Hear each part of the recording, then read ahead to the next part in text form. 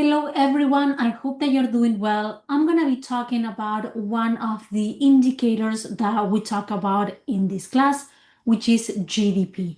I know that this is something that you've heard. I know that you saw this in the news or on the newspaper. That's because this is a very, very, very important indicator that we use to measure how well our economy is doing.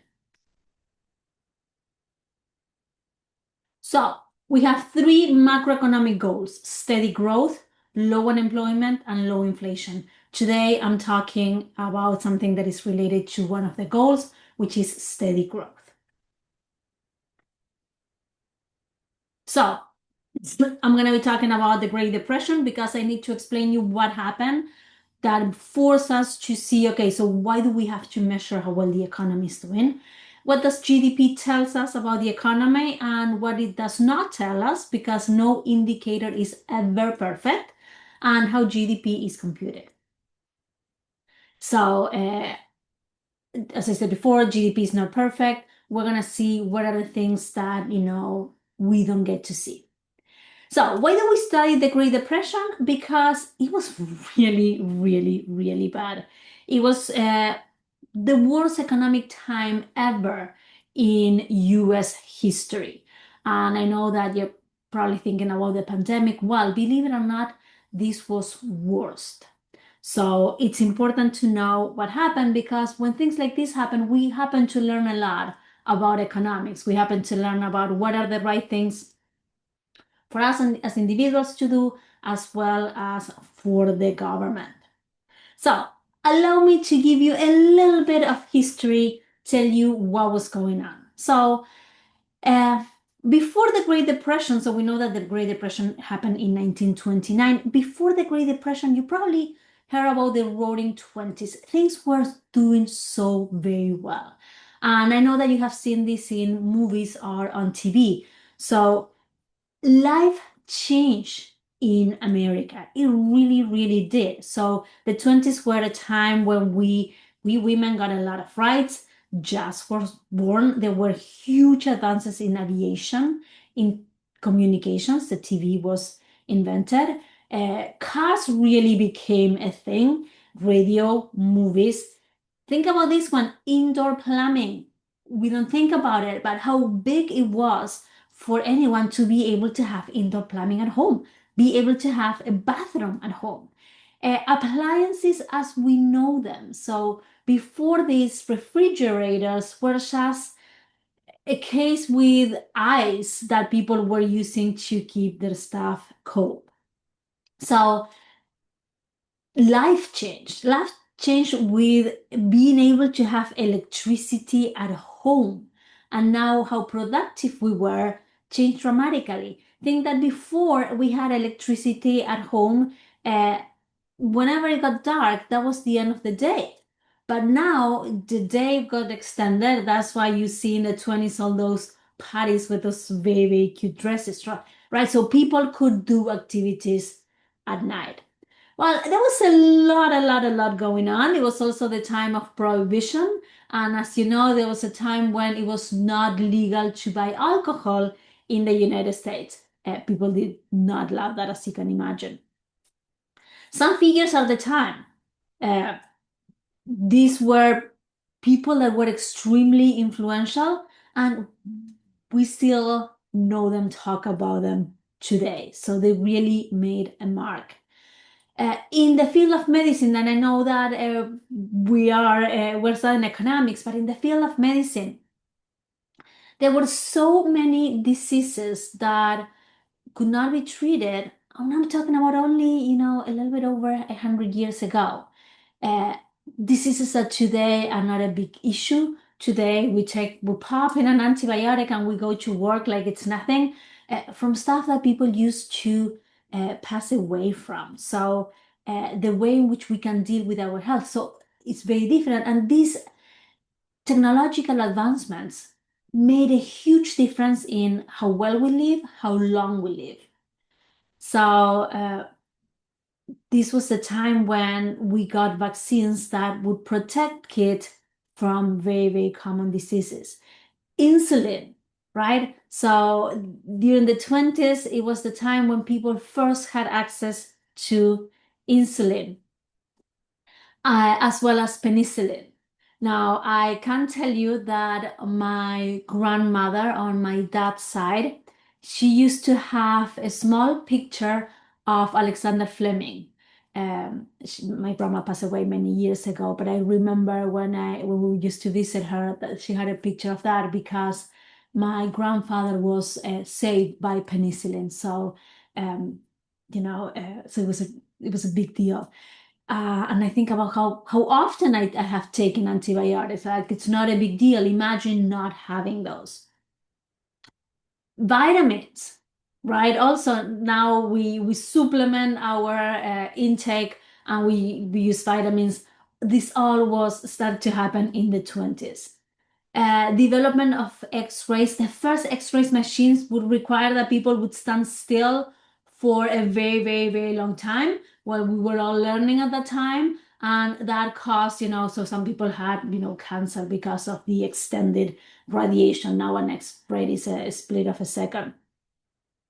Huge advancements in cancer treatment, like chemotherapy and radiotherapy. So people are living better, people are living longer. And you know what happens that so this is not economics, this is human nature. When everything is going well, we think that things are gonna go well forever, and when things are not going too well, we think that things are never gonna be well again. So, and that's not true. It's never true.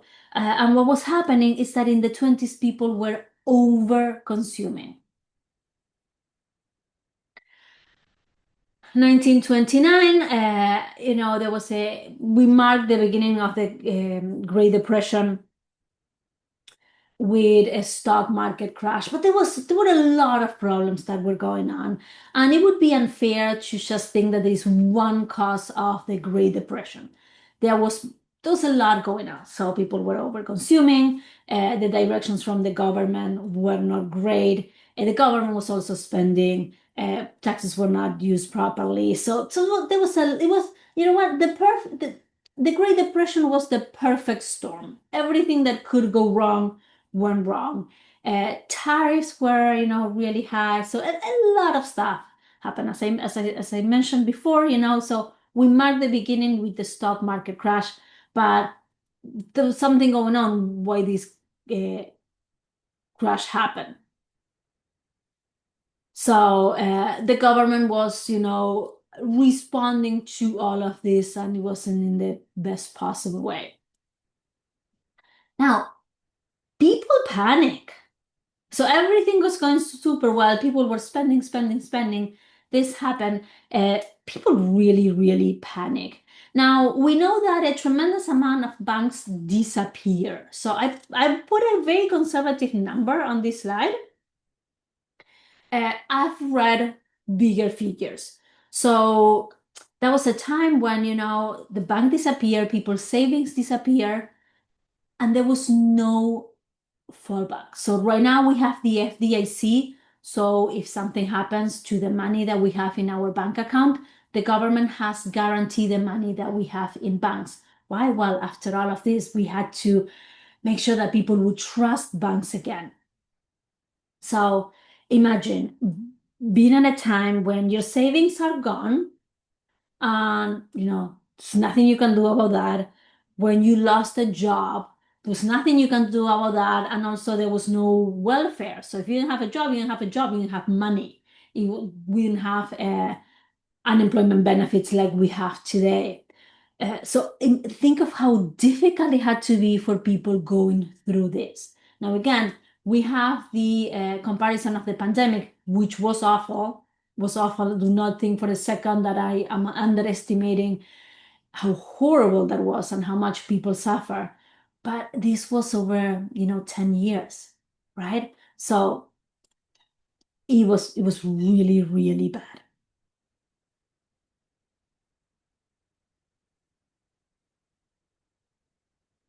As I said, there was a lot going on. So we had really high taxes, we had really high tariffs. So things that came from abroad were taxed very, very heavily, which made every time that we tax something like that, every time we have a tariff, uh, the price of that good becomes very expensive for the consumer like you and me. So this is what happened. Things were going great until things were going really, really bad. And we knew that things were horrible, but we couldn't compare because we didn't have an indicator that was going to measure what was going on. So things were bad, but how bad, right? So how do you compare this? And an American economist, Simon Kuznets, he won the Nobel Prize for being able to figure this out. And you're going to see that the formula for GDP is very, very simple. It's just four things that you have to add. So if you can add four elements, you can win a Nobel Prize in economics. So we needed to figure out how to measure what was going on in the economy. So GDP is the most common measure of an economy's size. Now, fair warning, I am an economist, so I love indicators, but you always have to have a critical eye when you're looking at all this stuff, right? So that's what I said. We're going to see what they measure and what they do not measure. This is very important. So we know that GDP is the most common measure of an economy's size. Well, look at the size of our economy in the United States, right? How big our economy is in comparison to other countries. Also, whenever I show you something, I don't want you to think that that's the whole picture. So pause this video for a second and look at this table. When you look at this table, you're going to see GDP, you're going to see what percentage of the world GDP that country holds, you're going to see GDP per capita, and you're going to look at growth, right? So we always want to see our countries growing. Of course we do. Now, if we look at here, so we're going to see that some of the countries that have been growing a lot might not have the largest GDP. Think of why. What are situations that make a country grow at some point? And I used to do research related to Haiti, and after any natural disaster, we would see Haiti grow a lot. Awesome, but they were rebuilding the country, right? So is that the kind of growth that I want? Well, growth is growth. You're gonna say, yeah, but I like sustainable growth, right? And that sustainable growth might be slower, which I'm fine with, right? So it's growth and it's improvement of many things for people. So again, just looking at one indicator doesn't give you the whole story. Because if we're looking at GDP here, if we're looking at growth, there is a lot more that we're missing about what's going on that country. So I said that Professor Simon Kuznets won the Nobel Prize for his research on this.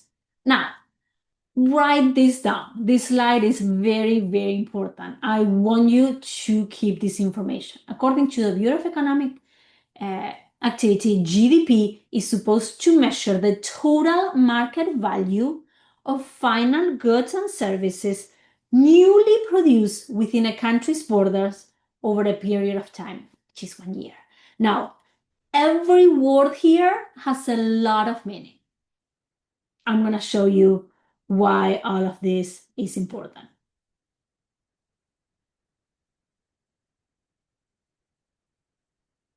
So we're going to be looking at GDP to have an idea of standards of, living standards.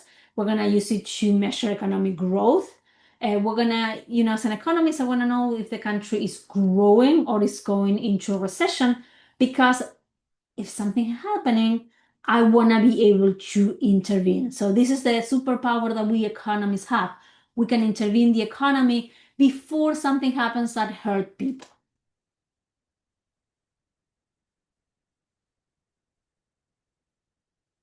So we are looking at final goods and services.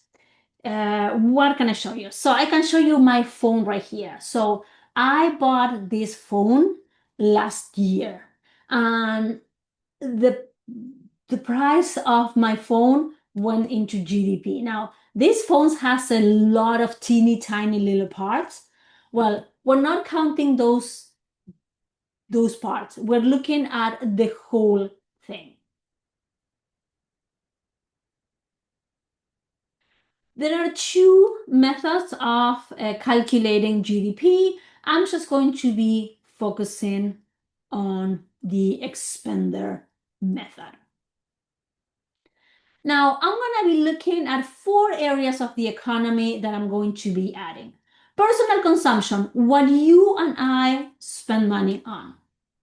Gross private domestic investments, what companies are doing. Government spending, what the government is spending money on. And net exports. So when I'm looking at personal consumption, I'm going to be looking at durable goods, like a table, non-durable goods, like an apple, and services. Well, I haven't done my nails in a million years, but that would be a service, right? Or going to the hair salon, things like that. So goods that I can buy, services that I can buy. This is you and I spending money. So durable goods are goods that can be consumed over a long period. Like this chair that I have right here, I had it for a while. Non-durable goods, I should say in my snack, there's nothing left for me to show you. And services. So we are looking at final goods because we're trying to avoid double accounting, right? So when I say, okay, I'm just looking at my phone, I'm looking at the phone, I'm not looking at every part, and I'm sure there are a million little parts inside my phone.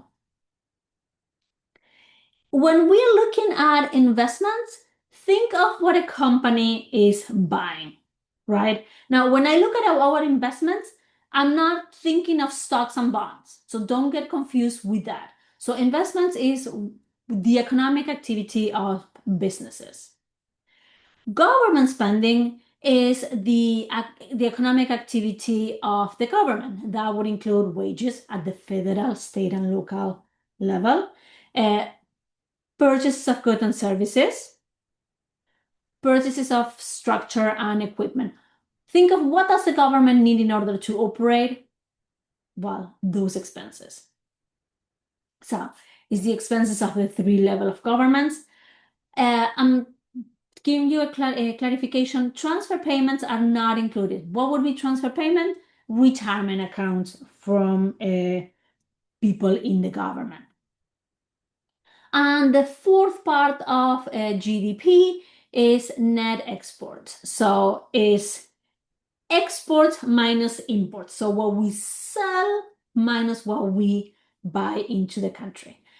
In our case, in the case of the United States, we have a deficit because we bring from abroad more than what we sell.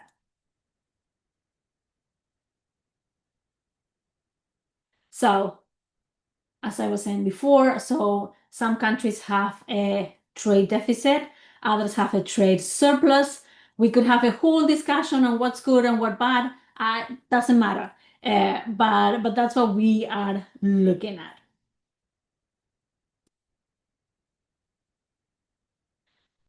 So take a second to write this magical formula down.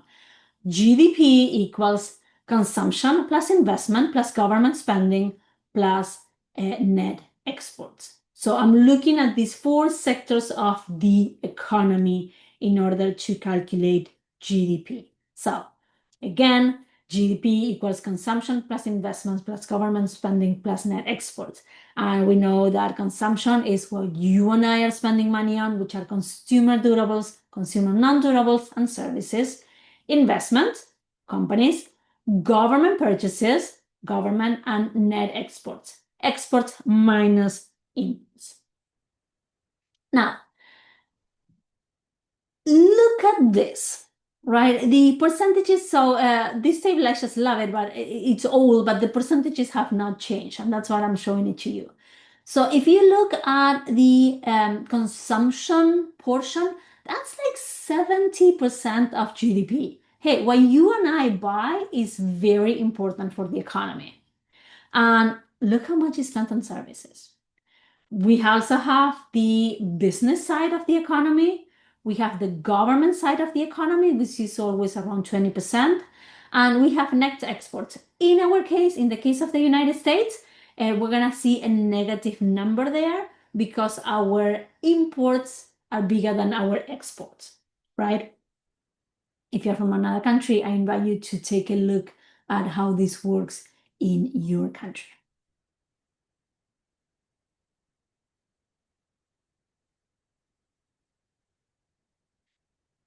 So please, please, please make sure that you write down this formula. It is very important. Okay, so we're going to take a second to review this stuff. So is this part of GDP?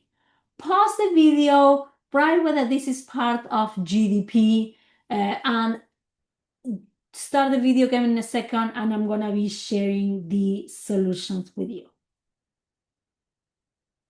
Okay, so is this part of GDP? A parent that stays at home to care for a baby? No, it's not. Dinner at a restaurant? Yes, that's part of GDP. Dinner at home? No, when I'm cooking tonight at home, my effort, my time, that's not going to be shown by GDP. But the groceries that I have to do to have food at home and be able to cook, that's part of GDP. A social security check? No, that's not part of GDP. A haircut? Yes, it's part of GDP unless you do it yourself. Don't. I've done that. It was a disaster. The construction of an office building? Yes, that's part of GDP. The sale of a 10-year-old house? Think about that one. So my house, I know that it was built in 1964 and it was sold that time for the very first time. So my home was part of GDP in 1964. All the people, including me, that bought it after that, that's not part of GDP. Go back to the formula, final goods and services. An oil change, yes, that's going to be part of GDP. Think of services, unless you do it yourself. Also, don't do that on your own. I've done that and I made a mess on the floor. The interest on a CD at your bank, no, that's not part of GDP. A brand new car, yes. Whenever you buy that brand new car with the million pieces that are inside of that car, that's going to be part of GDP. The tires of that car, they are not part of GDP. So again, go back to the definition, right, of GDP. Here, get your phone, play with this interactive activity, and I think that it's really fun. So now you know what GDP stands for and what it measures and why it's so very important for us. Now, there is this very famous quote: GDP does not allow for the health of our children, the quality of their education, or the joy of their play. It does not include the beauty of our poetry or the strength of our marriages, the intelligence of our public debate, or the integrity of our public officials. So, yes, there are so many things that are of value that are not part of GDP. We're doing the test, a parent staying at home to care of a baby. Well, if I were to pay someone for that service to come and take care of my baby at home, that would be part of GDP. When I do it and it has a tremendous amount of value and love, that doesn't get accounted anywhere.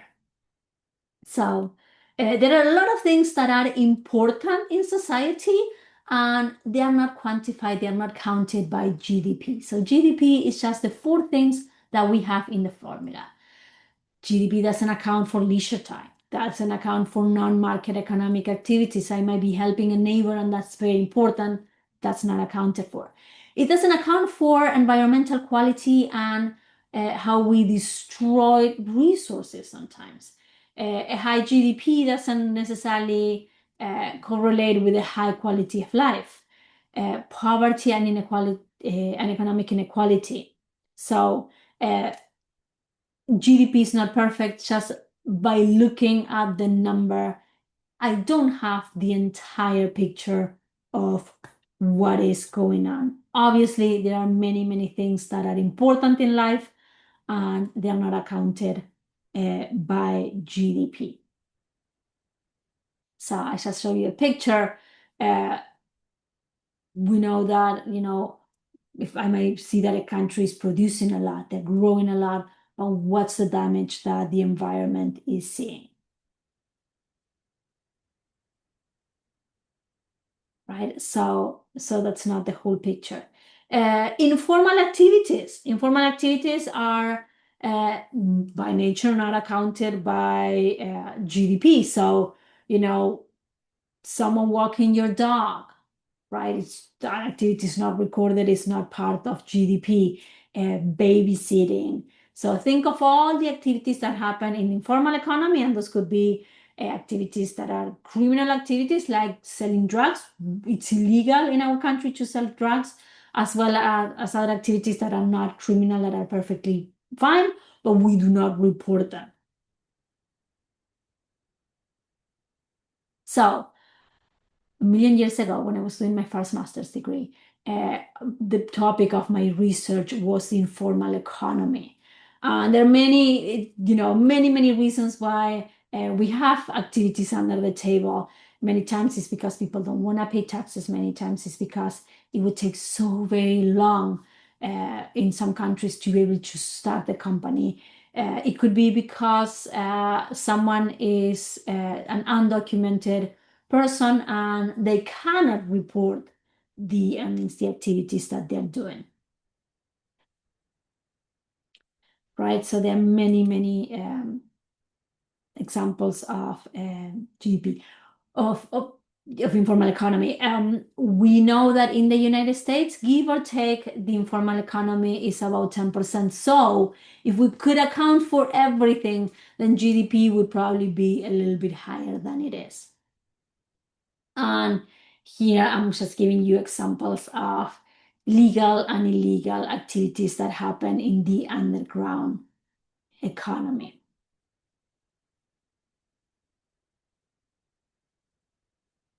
So there are a lot of non-market goods and a lot of non-market activities that get neglected, that do not get reported, so they are not part of GDP. So again, GDP doesn't measure everything.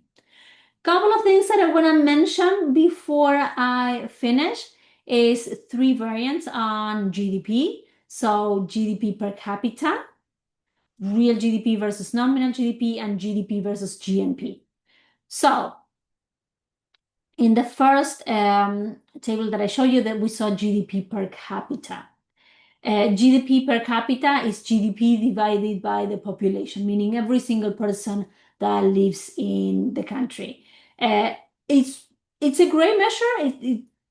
It's good, but it doesn't give you the entire picture of how productive each of us are, because obviously this is, it's an average. Now, very important, nominal versus real GDP. So nominal is as is, unadjusted for inflation, and real is adjusted for inflation. Why does it matter? Well, I just said that I was talking about the Great Depression, and someone could say, well, how about the pandemic? That was awful. Well, we couldn't compare $100 from 1929 with $100 from 2020, right? With inflation, etc., the $100 are not the same. So I would have to adjust that for inflation to be able to compare apples to apples. And also when I'm looking at GDP versus GNP, so I'm looking at, so GDP, go back to the definition, is everything that happens within a country's border, right? So Doesn't matter who produces what. If it's done within the borders of the United States, we're talking about our GDP. Now, if I want to see how productive Americans are around the world, then I'm going to be looking at GNP, and then I'm going to be accounting for American and Americans. So someone is buying a coffee right now at Starbucks in London. Well, that's part of the UK's GDP, but our GNP.